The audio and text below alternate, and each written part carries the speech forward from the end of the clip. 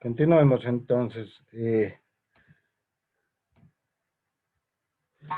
decía que en todo proyecto, en todo proceso de elaboración y evaluación de proyectos, se debe tomar en cuenta también un aspecto que es muy relevante, que es el tema de los impactos sociales que puede tener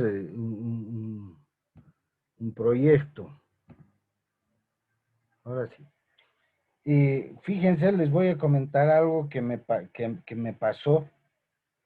Diseñamos un proyecto para una ciudad en Colombia para poder sustituir el relleno sanitario que tenían de donde se echan los residuos sólidos por una planta transformadora biodigestora de estos recursos, de estos residuos, de manera que ya no iba a haber un relleno así tan grande como tenía que ser, sino que se iba a reducir básicamente y que con el tiempo iba a desaparecer prácticamente todo el relleno y la basura y residuos que estaban siendo echados. ¿Por qué? Porque esta planta lo que hacía es consumir eso y a partir del consumo generar energía eléctrica, que es una tendencia que está viendo muy fuerte en varios países del mundo y que, bueno, ya está entrando en Sudamérica y probablemente en Bolivia en poco tiempo vamos a tener ya ese tipo de plantas biodigestoras que realmente cooperan mucho con el medio ambiente. Pero ¿qué ocurrió? O sea, para el municipio le generaba un ahorro en cuanto a tener un espacio, ¿no es cierto?, donde destinar los residuos, reducía el problema de disposición de los residuos, reducía el problema medioambiental. Es más, vía la venta y generación de energía eléctrica, generaba unos recursos adicionales a partir de esta sociedad joint venture para el mismo municipio. Lo que no se pensó, que inmediatamente se lanzó el proyecto y estaba empezando a implementarse la planta transformadora, la planta biodigestora, inmediatamente hubo una gran movilización de toda aquella población que por un lado trabajaba en el relleno sanitario, pero además toda una población que recurría al relleno sanitario para proveerse de algunos objetos de desecho que les eran útiles, o sea, gente que realmente vivía en un estado de mendicidad tal que tenía que recurrir a la basura para proveerse de algunos objetos o incluso utilizaban los plásticos y demás para acumularlos, como se hace aquí, y los vendían con lo que generaban ciertos recursos. Fíjense que ese es un aspecto que no se había tomado en cuenta. Y de hecho, cuando se hace un proyecto y se hace una evaluación de proyectos, no solo se puede y se debe pensar en la actividad como tal que se va a hacer, o sea, no solo se puede pensar qué recursos voy a necesitar, qué combinación de recursos voy a usar, que sea la más eficiente, que me represente menor gasto, que me ayude a lograr el objetivo que tengo, sino que además tenemos que pensar cuáles son las responsabilidades sociales que van a tener como efecto por la implementación de este proyecto. Algo que debemos tomar en cuenta es que todo proyecto surge como consecuencia de una necesidad y puede ser individual, colectiva, empresarial, institucional, ¿no es cierto? Y esa necesidad lo que hace es generar un problema y básicamente el problema es una diferencia entre la situación en la cual se encuentra ese individuo, esa empresa o esa institución respecto a la situación que quiere llegar. Ese margen es lo que llamamos problema. Y cuando identificamos adecuadamente ese margen, identificamos adecuadamente el problema, pues inmediatamente podemos proponer una actividad concreta que resuelva ese problema y por tanto satisfaga una necesidad. Pero lo que hay que cuidar es que la satisfacción de necesidades de individuos, empresas, instituciones, no pueden generar efectos sobre otros grupos, otros colectivos que les generen conflictos. Es decir, siempre hay que hacer una valoración, además, de los efectos que va a tener, no solo en el, diremos, en el círculo pequeño donde se ejecuta el proyecto, sino sobre todo en ese grupo de entidades, grupos, personas que de alguna manera están relacionadas y que tienen conexión con la actividad que se va a llamar. Esto es lo que se conoce como los stakeholders, ¿no es cierto? O grupos de interés, que vendría a ser la traducción.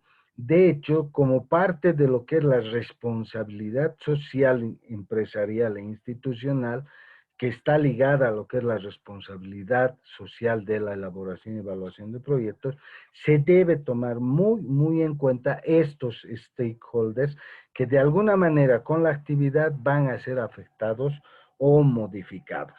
Entonces, fíjense que cuando estemos emprendiendo, ya sea la elaboración de un proyecto o la evaluación de un proyecto, que vamos a ver un poquito más adelante, que no siempre los dos van juntos, debemos no solo considerar el proyecto en sí, sino también el entorno de este proyecto, ¿no? Considerar los stakeholders, o sea, aquellos grupos de interés que van a ser afectados positiva o negativamente por la actividad que se vaya a implementar. De hecho, fíjense que el tener esta visión amplia tanto del funcionamiento interno de lo que significa un proyecto, de cómo va a funcionar, qué recursos voy a asignar, qué tipo de recursos, cómo los voy a combinar para lograr satisfacer esa necesidad, cómo voy al implementar este proyecto, afectar a aquellos que aparentemente pueden no estar relacionados, pero que de alguna manera van a tener algún tipo de interés con lo que voy a hacer. Entonces, permite generarnos a nosotros una información completa, de manera que en el momento que se tome la decisión de ejecutar el proyecto, pues sea una decisión no solo basada en los aspectos internos del proyecto, sino también en esa responsabilidad inherente que va a surgir del mismo proyecto. Y por si acaso, este criterio, este concepto, no solo se da en cuanto a lo que significan los proyectos sociales, sino también debe tomarse en cuenta y sobre todo muy en cuenta en aquellos proyectos que son de inversión y que lo único que buscan al final es una rentabilidad, es lucro o utilidad. Pero hay que entender que cualquier actividad que se realice va a estar encadenada o relacionada con otros grupos que de alguna manera van a tener interés.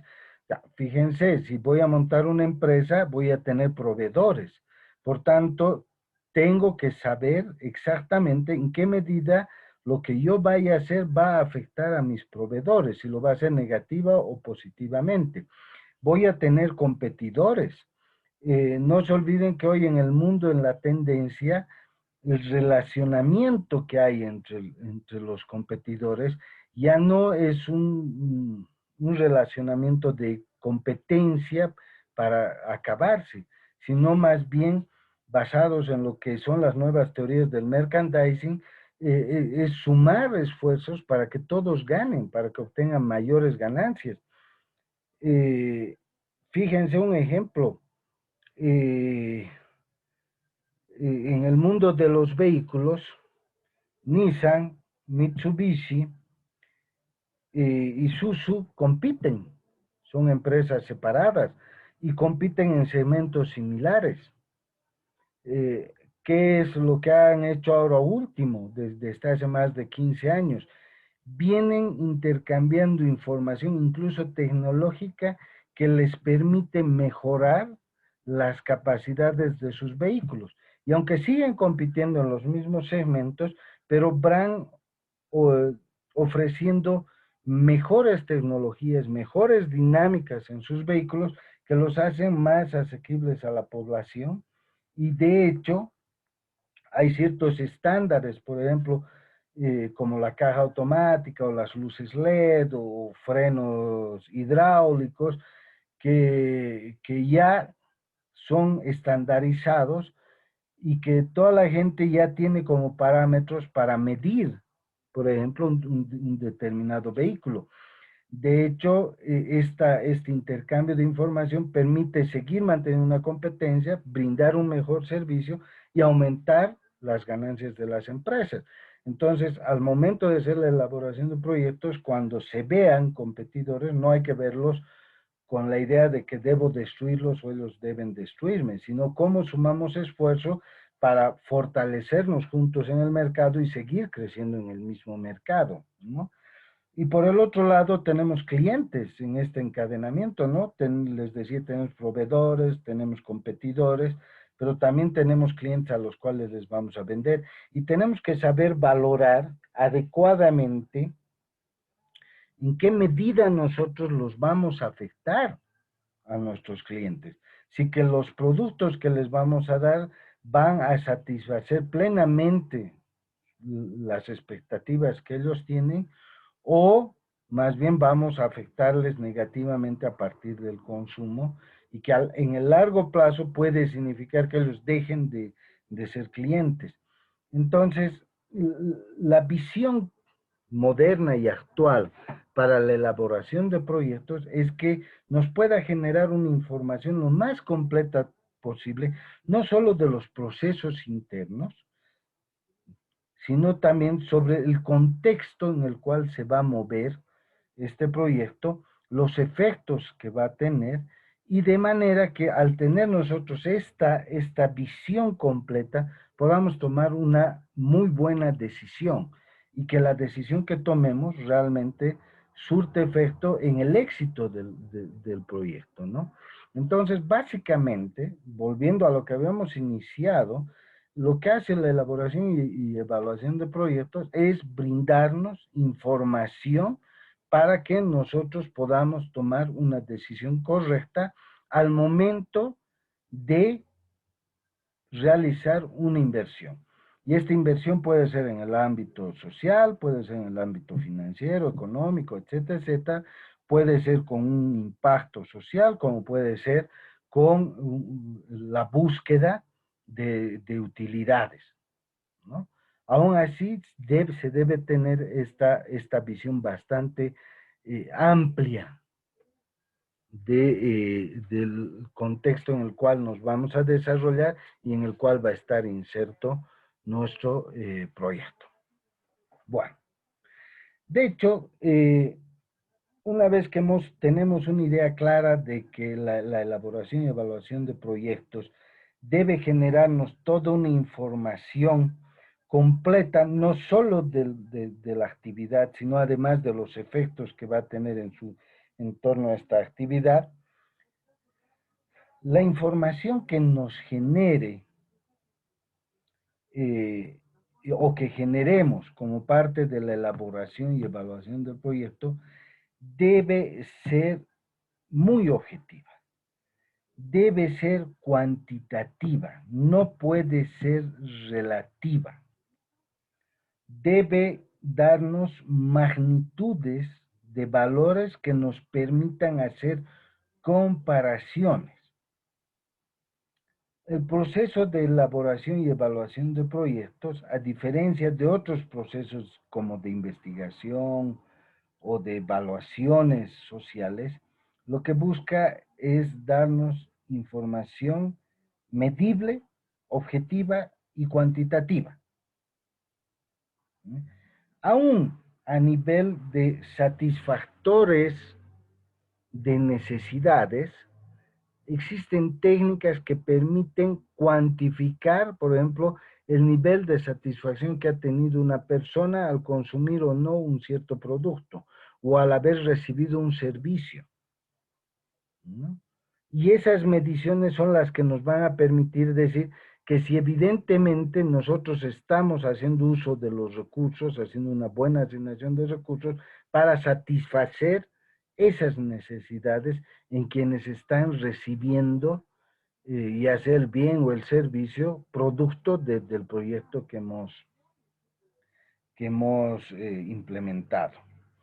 Este hecho nos lleva a nosotros que aunque en muchos casos, sobre todo en los ámbitos muy sociales, digamos, de las ciencias extremas sociales, eh, como por decirles las ciencias políticas o la sociología, no siempre haya una correspondencia en cuanto existe un criterio afín al respecto. Al final lo que nosotros hacemos es toda esa información cuantificarla en una serie de indicadores y coeficientes que nos permitan, a través de la comparación, determinar si el proyecto cumple o no la función para la cual está siendo realizado. O sea, si la inversión va a ser eficiente o va a ser deficiente, en otras palabras. No necesariamente que genere utilidad, ¿no es cierto? Que se haga una buena inversión.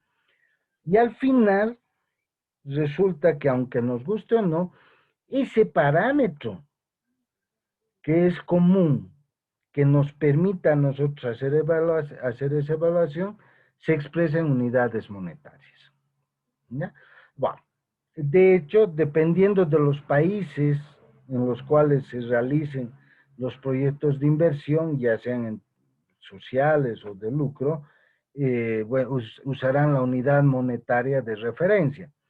De hecho, es muy común, sobre todo cuando ciertas inversiones van a ser compartidas en países con diferentes unidades monetarias, que se busque una unidad monetaria representativa, en este caso la divisa, que viene a ser el dólar, ¿no es cierto? O sea, más allá de los apasionamientos, si estamos o no de acuerdo con ciertas monedas o ciertas regiones, pues debemos buscar en este criterio de objetividad un parámetro que nos permita hacer una evaluación.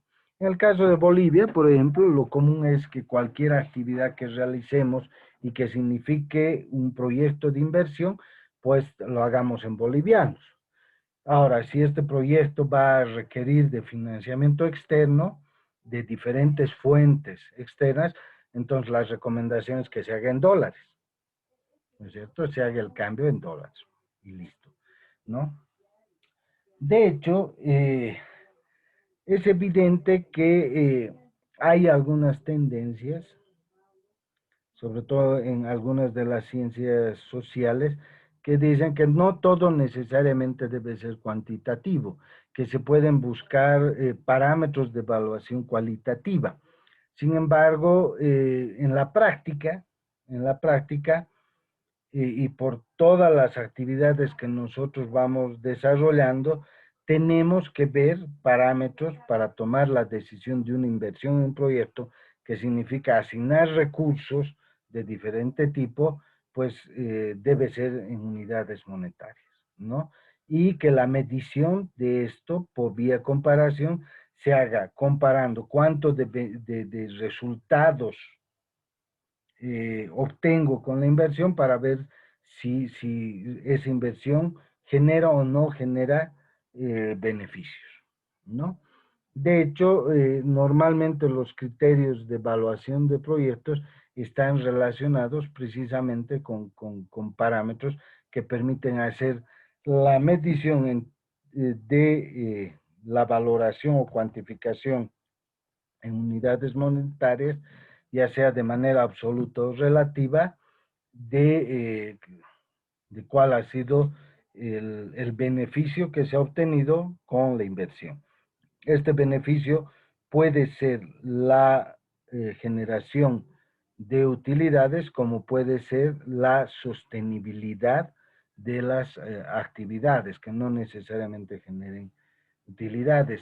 Y fíjense que en estos procesos, si bien hay varios indicadores y coeficientes de evaluación financiera, Básicamente son tres los que más se utilizan: el valor actual neto, la tasa interna de retorno y el índice de rentabilidad, que los vamos a ver más adelante cómo se calculan, qué parámetros y qué criterios hay que tomar en cuenta para calcularlos, pero estos están en base a una cuantificación de la asignación de recursos que se haga para una inversión o para un proyecto, ¿no?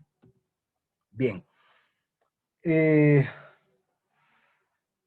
un otro aspecto que debemos tomar muy en cuenta, y que muchas veces cuando estamos elaborando y haciendo la evaluación de un proyecto puede generar conflictos y malas asignaciones de recursos o distorsiones en la asignación de recursos, es precisar con claridad cuál va a ser el objetivo que nosotros perseguimos como parte del proceso de la evaluación del proyecto de inversión, ¿ya? De hecho, existen diferentes tipos de criterios. No estamos hablando ahora ya de coeficientes como el Van, la TIR o el índice de rentabilidad. Es más, estos coeficientes o indicadores, de acuerdo al criterio evaluativo que nosotros utilicemos, los valores obtenidos podrán en algunos casos decirnos que el proyecto de inversión es viable y factible, y en otros casos decimos que no es ni viable ni factible y que por tanto no se recomienda ese proyecto. Es muy importante determinar el, el criterio con el cual nosotros vamos a evaluar un proyecto de inversión. De hecho, existe una primera gran división en estos criterios de evaluación: los unos que están referidos a aquellos proyectos de inversión que buscan el lucro, y los otros que están referidos a aquellos que buscan un bien o beneficio social y solo buscan la sostenibilidad de la actividad, ¿no? Ese sería un primer criterio a tomar en cuenta. Ahora, dentro de estos, existen otros criterios evaluativos para el uso de indicadores a ser tomados como referencia para hacer la evaluación, en los cuales se puede tomar en cuenta, por ejemplo, los niveles de consumo o los niveles de precio o la participación de cierto grupo social.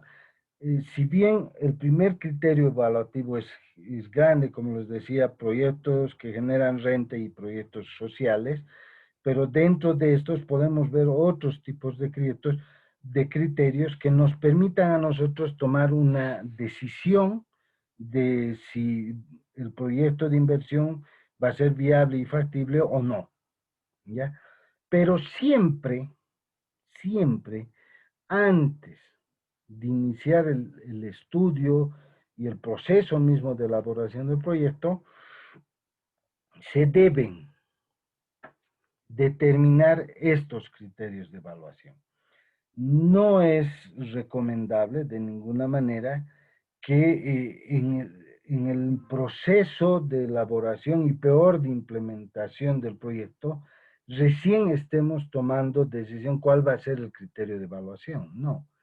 Antes de iniciar el proceso de elaboración y más aún el proceso de implementación, se debe tomar cuál va a ser el criterio de evaluación.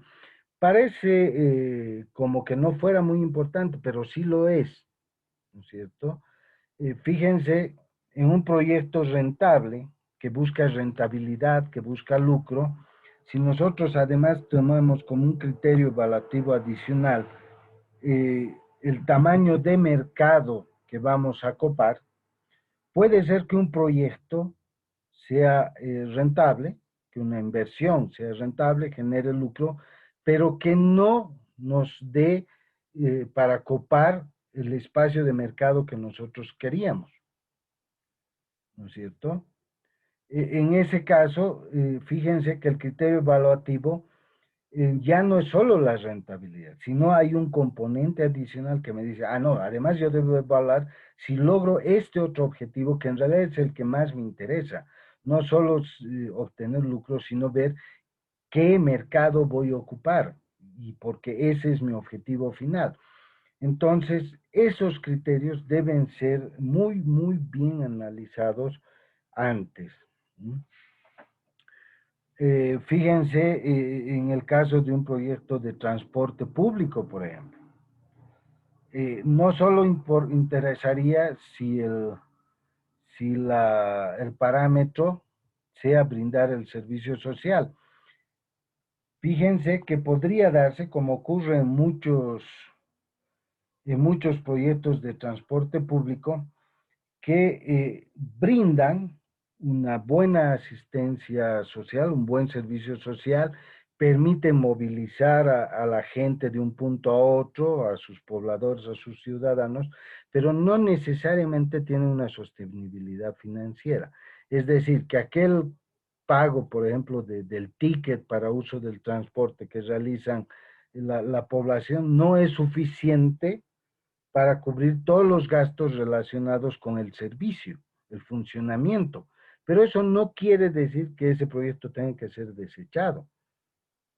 ¿Por qué? Porque el fin, el criterio evaluativo es que permita movilizar a la mayor cantidad de gente en un servicio eficiente de un punto a otro en una ciudad, por ejemplo, o le permita distribuirse en diferentes puntos de la ciudad y con bajo costo.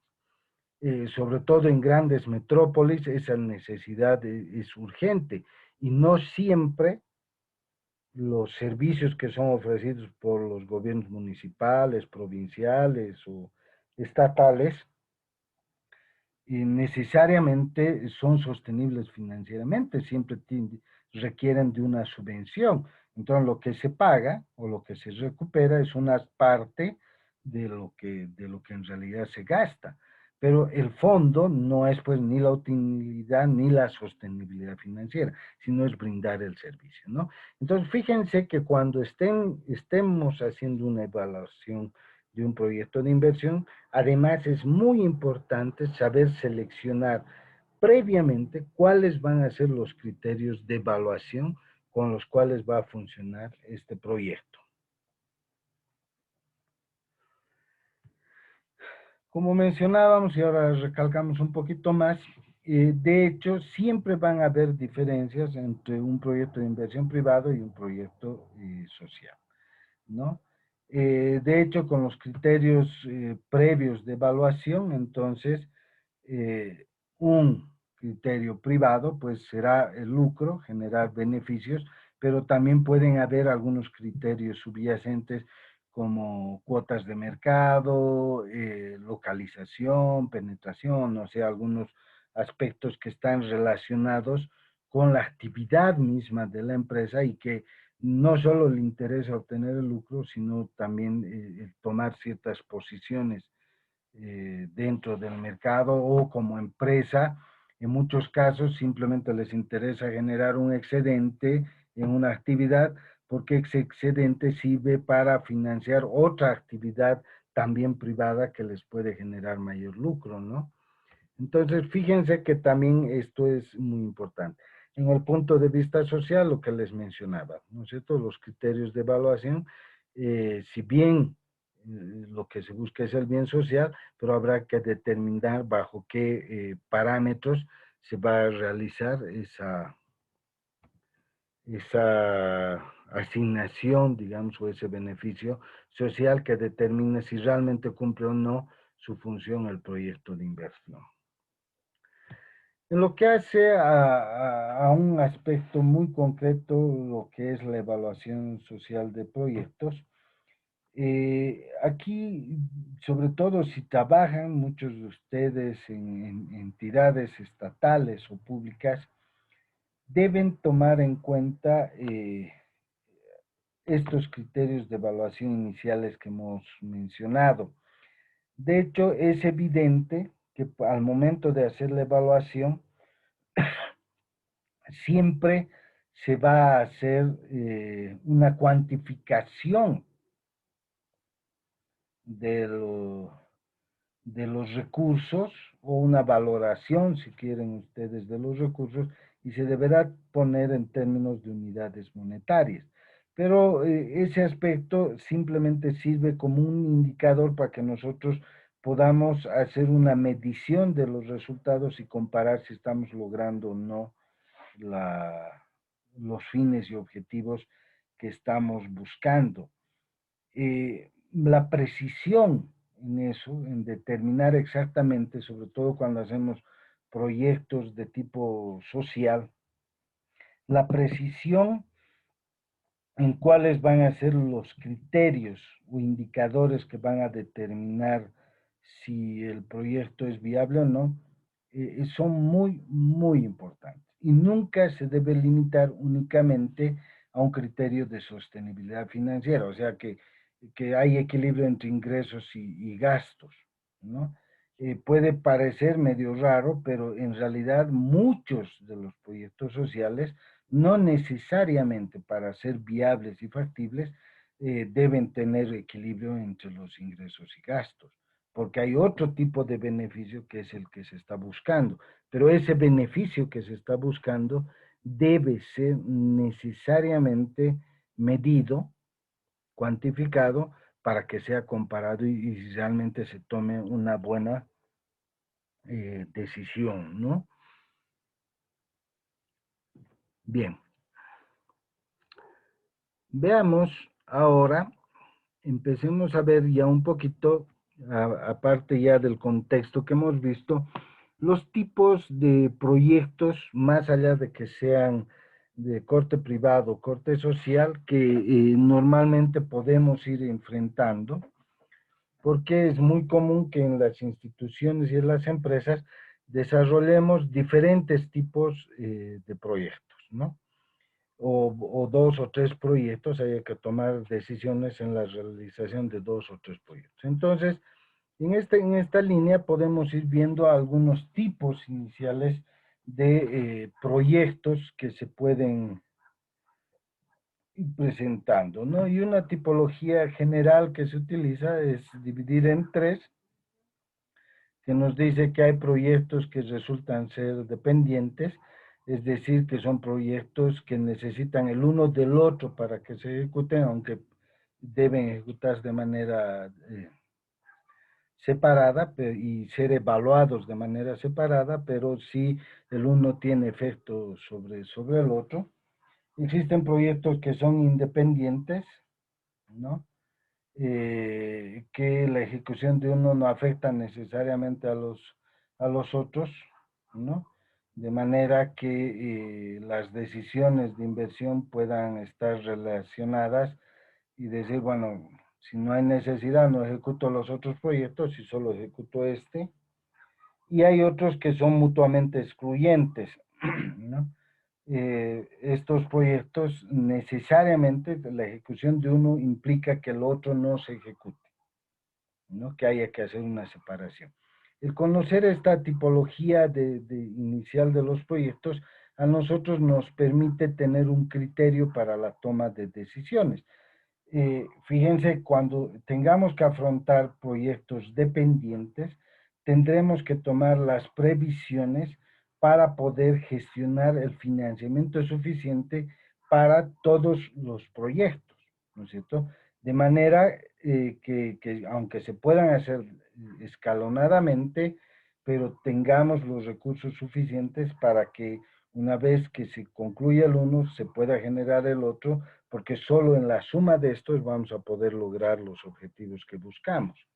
En el caso de los proyectos independientes que no necesitan estar el uno con el otro, digamos, que pueden hacerse independientemente, bueno, no habrá que tomar esa previsión. Y en el caso de los proyectos de mutuamente excluyentes, pues son aquellos proyectos donde tendremos que elegir un proyecto respecto a otros y ahí habrá que utilizar un criterio de selección.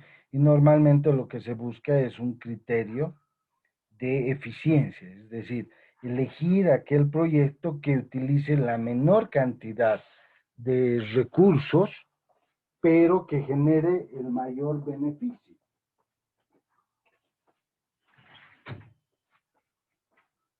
Entonces, esta tipología de proyectos nos permite a nosotros también el generar criterios en relación a la toma de decisiones que deberemos realizar al momento de hacer la elaboración y evaluación de un proyecto, ¿no?